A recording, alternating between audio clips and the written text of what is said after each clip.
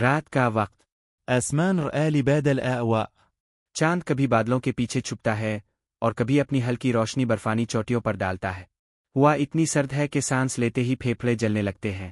Camera آہستہ آہستہ ایک دیوہیکل پہاڑ کی طرف زوم کرتا ہے۔ وہ ہے نن اربیت. ایک ایسا پہاڑ جس نے سینکڑوں کو پیماؤں کو اپنی برف میں دفن کر دیا۔ پہاڑ کے ارد گرد صرف ہوا کی خوفناک آواز گونج رہی ہے۔ ایسا لگتا ہے جیسے پہاڑ زندہ ہو اور ہر آنے والے کو دیکھ رہا ہو۔ نیچے ایک چھوٹا سا بیس کیمپ ہے جہاں چند ٹینٹ برفانی طوفان میں ہل رہے ہیں۔ ہر ٹینٹ کے اندر لوگ خاموش بیٹھے ہیں۔ وانسب جن. صرف امن. یہ موت کے ساتھ مقابلہ ہے۔ صبح کا وقت۔ ہوا کچھ پرسکون ہے لیکن سردی پہلے سے زیادہ خطرناک محسوس ہو رہی ہے۔ ایک نوجوان کو پیما ایڈم اپنے دستانے پہنتے ہوئے پہاڑ کو گور رہا ہے۔ اس کی آنکھوں میں خوف بھی ہے اور جنون بھی۔ ساتھ کھڑا بوڑھا گائیڈ آہستہ سے کہتا ہے، یہ پہاڑ انسانوں کو پسند نہیں کرتا۔ ایڈم ہلکا سا مسکراتا ہے، میں ڈرتا نہیں ہوں۔ بوڑھا گائیڈ اس کی طرف دیکھتا ہے۔ باتر مرنا ولا تاتا. خاموشی چھا جاتی ہے۔ کیمرہ پہاڑ کی چوٹی کی طرف جاتا ہے جہاں تیز ہوا برف کو اڑا رہی ہے۔ ایسا لگتا ہے جیسے پہاڑ خبردار کر رہا ہو۔ وسلی جاء. رات. کیمپ فائر جل رہا ہے۔ تمام کو پیما اس کے گرد بیٹھے ہیں۔ باہر ہوا چیخ رہی ہے۔ بوڑھا گائیڈ پرانی کہانی سنانا شروع کرتا ہے۔ 1930 کی دہائی میں جرمن کو پیما یہاں آئے تھے۔ کیمرہ فلیش بیک میں جاتا ہے۔ برفان طوفان. اختوالو. راسي. ایک شخص برفانی درار میں گر جاتا ہے۔ برفان تود. سب کچھ سفید ہو جاتا ہے۔ گائیڈ کی آواز گونجتی ہے، اس ایک طوفان میں کئی لوگ مر گئے تھے۔ ایک نوجوان لڑکی پوچھتی ہے۔ ارلودو باريو آت. گائیڈ آہستہ سے پہاڑ کی طرف دیکھتا ہے، کیونکہ انسان ناممکن کو جیتنا چاہتا ہے۔ صبح 4 بوج. آسمان نیلا سیاہ ہے۔ طرف خموش. وماء نبئات. آسج سلندر. رس. برفآن والأوزار. ہر قدم زندگی اور موت کے درمیان فرق ہے۔ ایڈم اپنی ماں کی تصویر جیکٹ کی جیب میں رکھتا ہے۔ اس کے ہاتھ کانپ رہے ہیں۔ وہ اوپر دیکھتا ہے۔ نانگا پربت بادلوں کے درمیان کھڑا ہے۔ جسدو. پہلا قدم اٹھتا ہے۔ برف چرچراتی ہے اور موت کے سفر کا آغاز ہو جاتا ہے۔ دوپہر۔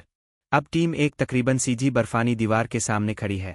ہوا زور سے ٹکرا رہی ہے نزر وفرآء. غلط قدم. اور سب ختم۔ ایڈم آہستہ آہستہ کلہاڑی برف میں مارتا ہے۔ اس کے ہاتھ سن ہو چکے ہیں۔ ان. ایک کو پیما کا پاؤں پھسلتا ہے۔ وہ چیختا ہے۔ راسيقو. تمام لوگ پوری طاقت سے رسی کھینچتے ہیں۔ ندوسن. جونو وجسه. آخرکار وہ بچ جاتا ہے، لیکن اب سب کی سانسیں تیز ہو چکی ہیں۔ سب سمج. مذاق نرتاء. رات. ٹیم ایک چھوٹے سے کیمپ میں رکی ہوئی ہے۔ اچانک ہوا کی رفتار بڑھنے لگتی ہے۔ ٹینٹ زور زور سے ہلتے ہیں۔ برفانی طوفان شروع ہو جاتا ہے۔ ہوا اتنی طاقتور کہ انسان کھڑا نہ رہ سکے۔ ایڈم ٹینٹ پکڑے بیٹھا ہے۔ باہر صرف سفید اندھیرا ہے۔ ایک آواز آتی ہے، کوئی باہر ہے؟ ایک کو پیما غائب ہو چکا ہے۔ دولو أسي والنبار نل. مگر چند قدم بعد ہی وہ برف میں غائب ہو جاتے ہیں۔ صرف ہوا کی چیخیں باقی رہ جاتی ہیں۔ صبح. طوفان رک چکا ہے، مگر اب اصل دشمن سامنے ہے۔ اون اے. ہوا میں آکسیجن بہت کم ہے۔ ہر سانس ایسے لگ رہی ہے جیسے سینے میں آگ لگ رہی ہو۔ ایک کو پیما گھٹنوں کے بل گر جاتا ہے۔ اس کی آنکھیں سرخ ہو چکی ہیں۔ میں سنس نلی را. ایڈم اس کا ماسک ٹھیک کرتا ہے، لیکن آکسیجن سلنڈر تقریباً خالی ہے۔ پہاڑ کے اوپر صرف چند 100 میٹر باقی ہیں، لیکن یہی چند 100 میٹر سب سے خطرناک ہیں۔ شام۔ بادل نرا. ٹیم اب دنیا کے اوپر محسوس ہو رہی ہے۔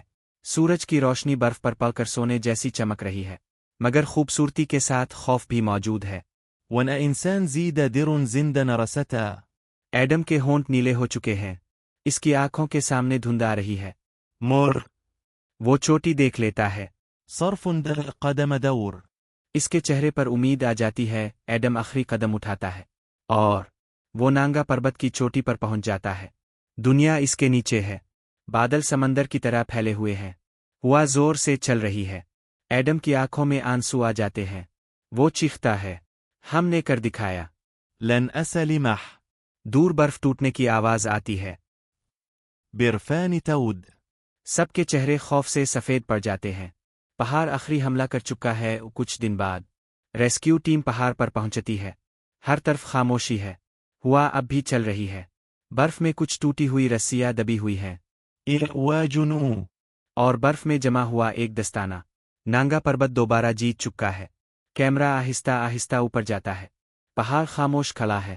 سرد برحم ناقابل شسه جسوراء یہ میری دنیا ہے۔